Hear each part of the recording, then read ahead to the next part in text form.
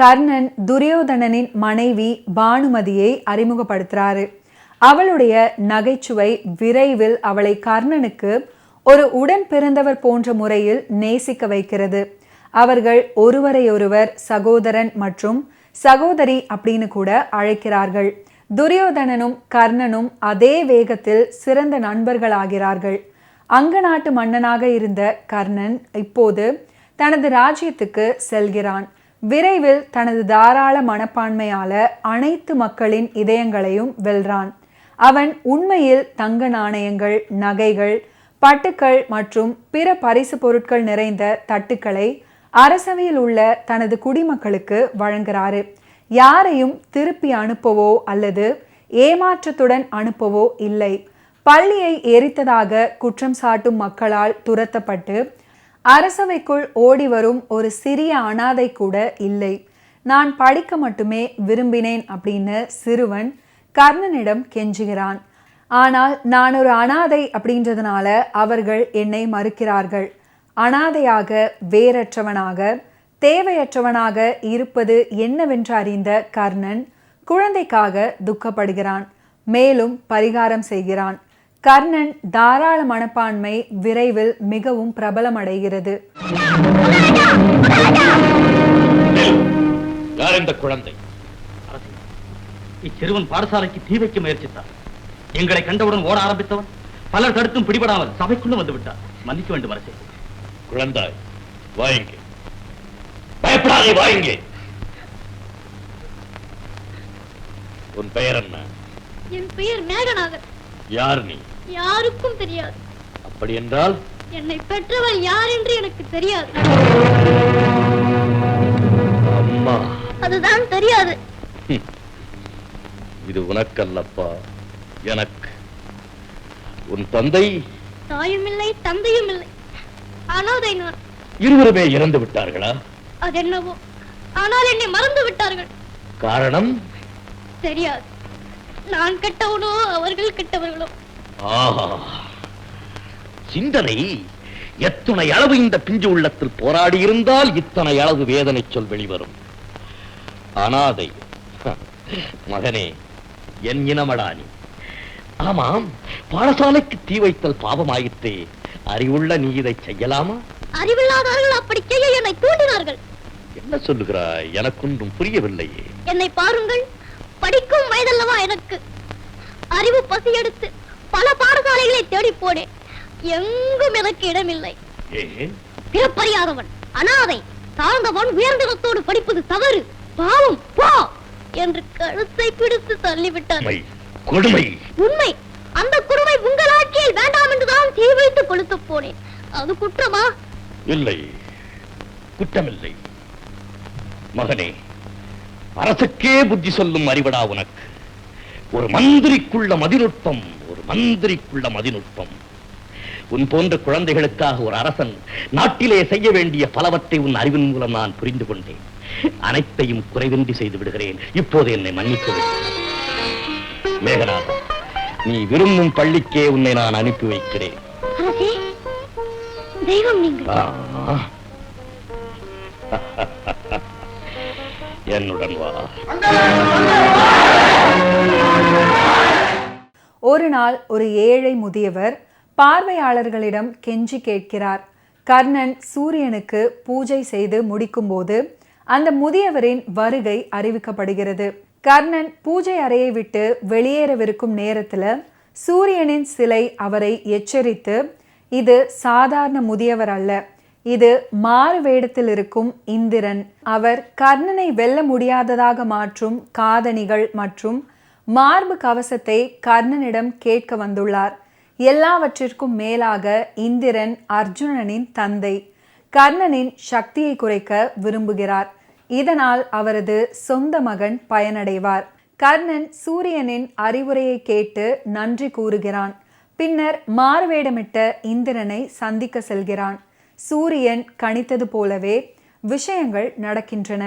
ஆனால் கர்ணன் தனது உள்ளார்ந்த தாராள மனப்பான்மையை கைவிட முடியாது. அவன் அந்த முதியவரை எதிர்கொண்டு இந்திரனாக தன்னைத்தானே வெளிப்படுத்தும்படி கட்டாயப்படுத்தினாலும் கர்ணனும் ஒரு கத்தியை எடுத்து காதணிகள் மற்றும் மார்பு கவசத்தை தனிப்பட்ட முறையில் வெட்டுகிறான். இந்த தன்னலமற்ற தன்மையால் மிகவும் தொடப்பட்ட இந்திரனிடம் அவற்றை கொடுக்கிறான். தள்ளாத வயது, பாவம். பதட்டமின்றி இருக்கையில் அமர்ந்து உடல் நடுக்கம் குறைத்து எண்ணி வந்தது எதுவென சொல்லுங்கள். மன்னா, வாழ எனக்கு சகல வசதியும் உண்டு. இருந்தும் இதயத்தில் ஓர் ஆசை. என்னிடம் இல்லாத ஒன்று உம்மிடம் உள்ளது. அது எதையும் மறுக்காத தங்களிடம் அதை பெற்றால் இருவருக்கும் பெரும் பேராக இருக்குமே என்ற பேராசைதானே. கேளுங்கள். உமது உடலோடு ஒட்டிய கவசமும் செவியோடு சேர்ந்த குண்டலமும் எமக்கு தேவை. அளிக்க முடியுமா உம்மா? உடலோடு ஒட்டிய கவசமும் செவியோடு சேர்ந்த குண்டலமும். மன்னா, இந்த சிரிப்பு ஏமாற்றத்தை தரத்தக்கதாக இருக்கிறதா? இரக்கத்தை காட்டுவதாகவும் இல்லை, ஏதோ அச்சத்தை தருகிறது. அச்சம்? இதை நான் நம்பவில்லை. காரணம், பயம் கொண்டவராக உண்மை நான் நினைக்கவில்லை. எதனால் அப்படி சொல்கிறீர்கள்? தள்ளாடிய தேகம், தள்ளாடாத நோக்கம், பொய்யான நடிப்பு, அதில் அடங்கி இருப்பது மெய்யான பிடிப்பு. நடிப்பா? என்ன கூறுகிறீர்? நான் கொண்டது வேஷமா? என்னிடம் வர வேஷம் வேண்டுவதில்லை. இருந்தும் ஈடுபட்ட செயலின் தன்மை அப்படி அப்படி பொய்யுடம்பை போற்றி வர தூண்டியுள்ளது. கருணா, தேவேந்திரன் விண்ணுலக அதிபதி.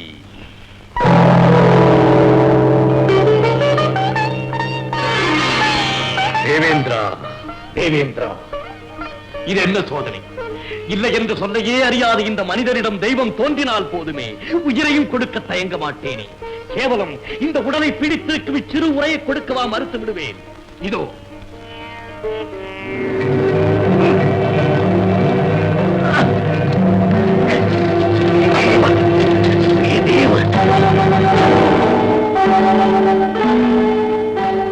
கருணா, கருணா, நீ தெய்வத்திலும் சிறந்தவன். உடலை சேரித்து கொடுத்து கொடைக்கு சிகரம் கண்ட உத்தமா, உன் உடன் பிறந்தவைகளை நீ இழந்ததா? உன் உடலில் விளைந்த ஈனம் மறைந்து ஈனமில்லாத அழகுடம்பை நீ அடைவாயா?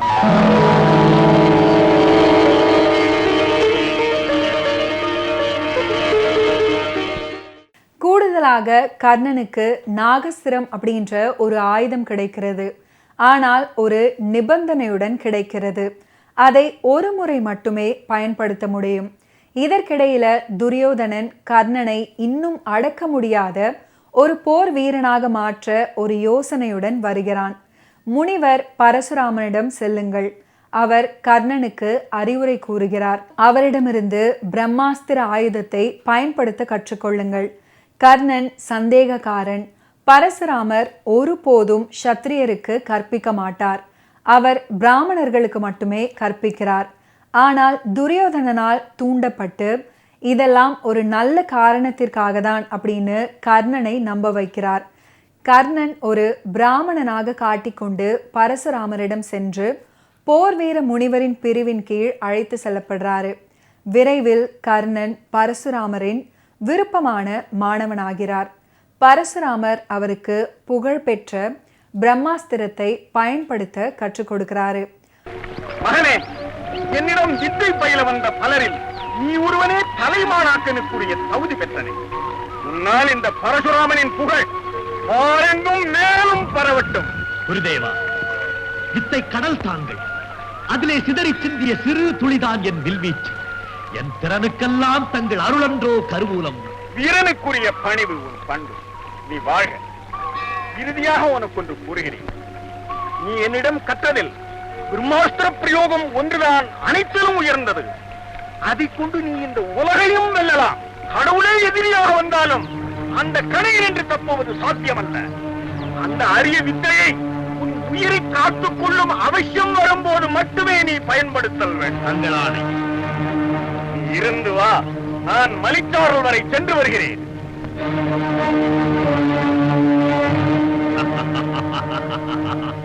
பிரம்மாஸ்திரம் எண்ணத்தின் எனக்கு அது அர்ஜுனா. ஒரு நாள் பரசுராமர் கர்ணனின் தொடையில் தலை வைத்து திறந்த வெளியில் தூங்கிக் கொண்டிருக்கும் போது ஒரு குளவி சத்தமாக வருகிறது. கர்ணன் அதை அதிகமாக அசையாமல் முடிந்தவரை விரட்ட முயற்சிக்கிறாரு. தூக்கத்தை தொந்தரவு செய்ய விரும்பவில்லை. அவன் அதை விரட்ட தவறவிடுறார். குளவி அவன் தொடையில் புதைகிறது. வலி வேதனை அளிக்கிறது. ஆனால் கர்ணன் ஒரு இழுப்பு அல்லது வலியின் சினுங்கள் இல்லாமல் அதை தாங்குகிறார். குளவி இறுதியாக வெளிப்பட்டு பறந்து சென்றாலும் கூட நிச்சயமாக இது கடுமையான இரத்தப்போக்குக்கு வழிவகுக்கிறது.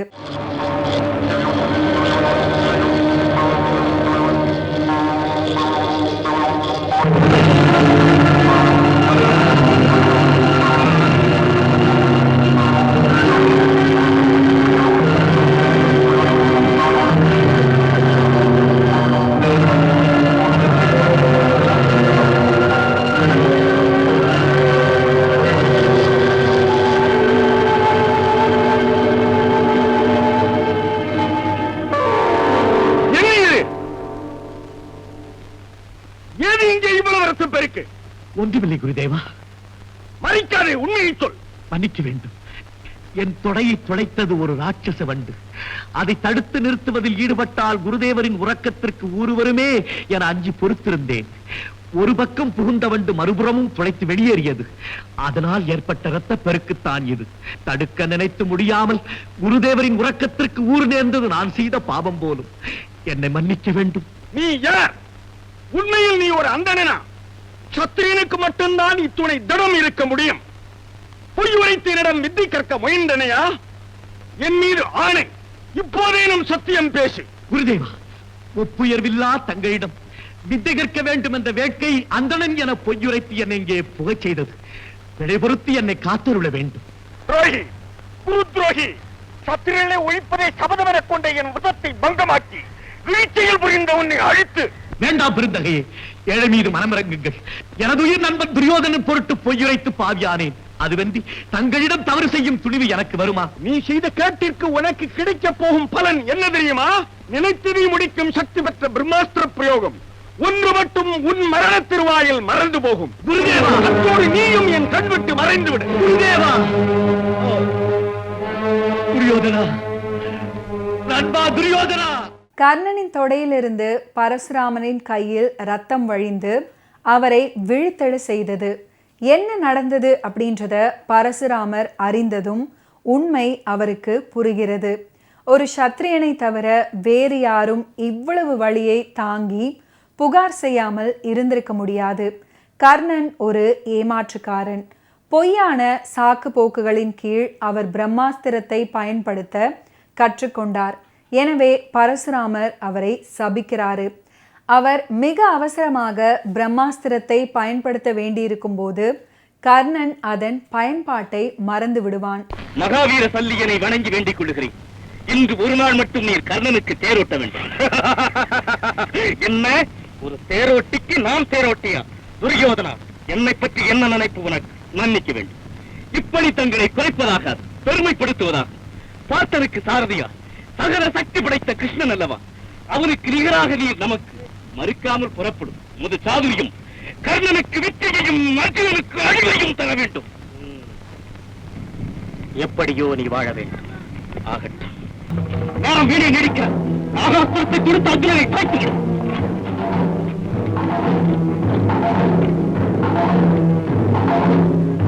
கழுத்துக்கா குறி? தவறு. மார்புக்கு குறிவை. மார்பிலே வீர புண்ணேந்தி வீழ்ந்தார் என்ற பெயருக்கு இடம் தரையில் கழுத்தில் விடும் ஒரே அடியில் தலைவேறு உடல் நேராக சிதற வேண்டும். இதர இடமானால் துணி துணித்து துன்பப்பட்டு இறப்பான். இதை இருந்தாலும் வீரன் அல்லவா அவன். வீரனுக்கு அந்த அவதி வேண்டாம். உன் எண்ணம் சரியில்லை. என் சொல்கே சொல்லியா? தேரோட்டுவது உன் வேறு. என் சொல்லுக்கு நீ வா, உன் சொல்லுக்கு நான் அல்ல. உனக்கு பணி செய்ய வந்தேனே. அறிவை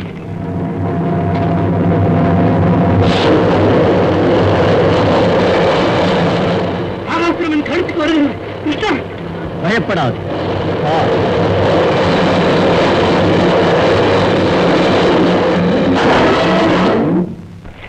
மைத்துனா, பிடித்தேன்.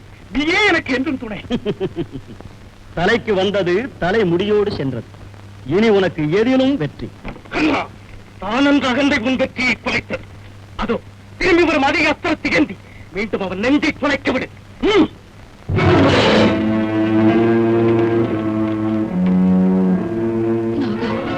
அர்ஜுனன் நீ ஒரு முறைக்கு மேல் மறுமுறை பிரயோகிக்க கூடாது.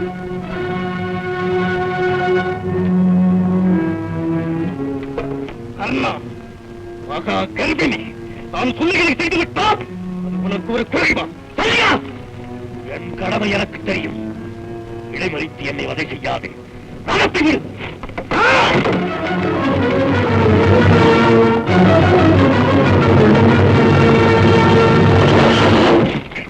ரதம் ஏன் நின்று விட்டது? தேக்கால் தரையில் ஆழ பதிந்து விட்டது. கீழே தோல் கொடுத்து தூக்கி நிறுத்து. அது என் வேலையில். ரதசாதினி, ரதம் இப்போது ஓட வேண்டும். ஓட்டுபவன் நான். ஓட வேண்டுவது குதிரை. ஓட்டுகிறேன். அது ஓடினால் ஓடட்டும். துரோகி, உடனிருந்து சதி செய்வதுதான் உன் குணம். இறப்பே. ஆனால் இந்த ஈன உரைக்கேடி இனி உனக்கும் எனக்கும் ஒருபோதும் உருவத்தை நான். நீ உண்டு, உன் வழி உண்டு, என் வழி எனக்கும். நான் சொல்கிறேன். ஓகே வியூவர்ஸ், இன்னைக்கு நிகழ்ச்சியில் நடிகர் திலகம் சிவாஜி கணேசன் அவர்களுடைய ஃபிலிம் கெரியரில் நடந்த பல இன்ட்ரெஸ்டிங்கான விஷயங்களை நீங்கள் பார்த்து தெரிஞ்சிருப்பீங்க. மீண்டும் அடுத்தடுத்த எபிசோட்ஸில் சந்திப்போம். நன்றி, வணக்கம்.